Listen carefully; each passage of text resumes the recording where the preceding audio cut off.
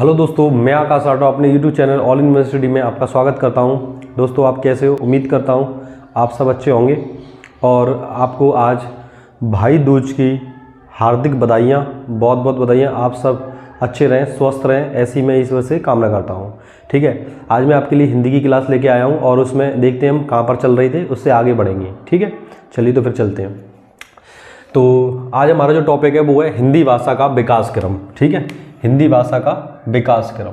ठीक है फ्रेंड्स, हिंदी भाषा का विकास क्रम या फिर हिंदी भाषा का क्रम से विकास, कैसे सीक्वेंसली हिंदी डेवलप हुई उसको डिपेंड करते हैं, उसको हम पढ़ते हैं। तो यहाँ पर ये बहुत ही ज़्यादा इंपॉर्टेंट है, ये बहुत बार पेपर में पूछा जा चुका है। तो सबसे पहले संस्कृत आती है और संस्कृत के बाद पाली आती है और पाली के बाद प्राकृत आती है और प्राकृत के बाद अपभ्रंश आती है और अपभ्रंश के बाद अवट और अवट के बाद आती है हमारी प्रारंभिक हिंदी या हिंदी। ठीक है, उसके बाद हिंदी जो है वो कैसा शब्द है?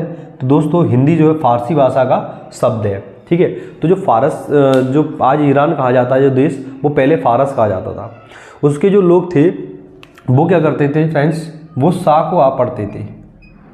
क्या पढ़ते थे? शाह को हा पढ़ते थे। तो इसीलिए वो सिंधु नदी को हिंदू कहते थे। ठीक है, और ऐसे ही उसके बाद जो है ऐसे ही उन्होंने जो है सिंधु को पार करने वाला स्थान हिंदुस्तान हो गया और वहाँ रहने वाले लोग हिंदुस्तानी हो गए। तो ये नाम जो दिया गया है हिंदी जो है वो कैसा शब्द है? आपसे पूछा जाए, कभी पेपर में इंपॉर्टेंट पूछा जाता है। तो हिंदी जो है फारसी शब्द है। कैसा? फारसी। अब अपभ्रंश के कुछ अन्य रूप होते हैं, जो हमारा पार्ट है ना, फोर्थ वाला, पहले संस्कृत आई, फिर पाली आई, फिर प्राकृत आई, फिर अपभ्रंश आई, फिर अवट आई। तो जो हमारा जो रूप है अपभ्रंश के जो होते हैं कुछ अन्य रूप है हमारे पास। अन्य रूप क्या क्या होते हैं? इसमें एक रूप आता है सौर सैनी का। किसका? सौर सैनी का। इस सौर सैनी में जो है 3 पश्चिम हिंदी आती है, सौर सैनी में गुजराती आती है और इसमें एक राजस्थानी आती है। ये 3 आती है इसमें। फिर उसके बाद आता है मगही। मगही में फ्रेंड्स क्या आता है? मगही में जो आता है वो आता है आपका बंगला आती है, पुरानी बंगला आती है, बिहारी आती है, उड़िया आती है और असमिया आती है। उसके बाद खस में क्या आता है? खस में आती पहाड़ी हिंदी। क्या आती है? पहाड़ी हिंदी। ब्राचड़ में क्या आता है? पंजाब सिंध या सिंधी भाषा जो होती है वो। ठीक है, उसके बाद आती है अर्धमागधी में आती पूर्वी हिंदी आती है। ठीक है, अर्धमागधी में पूर्वी हिंदी आती है। ठीक है, उसके बाद 85 में पंजाबी और लहदा आता है और महाराष्ट्र में मराठी आती है। ठीक है,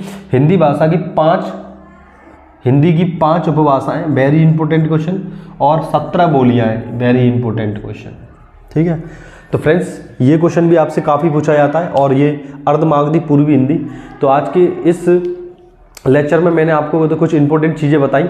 अगर आपको तो वीडियो अच्छी लगी हो तो आप वीडियो को लाइक करें, चैनल को सब्सक्राइब करें और बेल आइकन को ऑल पर प्रेस करें और जितना हो सके शेयर करें। ठीक है दोस्तों, उम्मीद करता हूँ कि आपको वीडियो अच्छी लगी होगी। इसी के साथ मैं आकाश आटो आपसे विदा लेता हूँ। जय हिंद, जय भारत।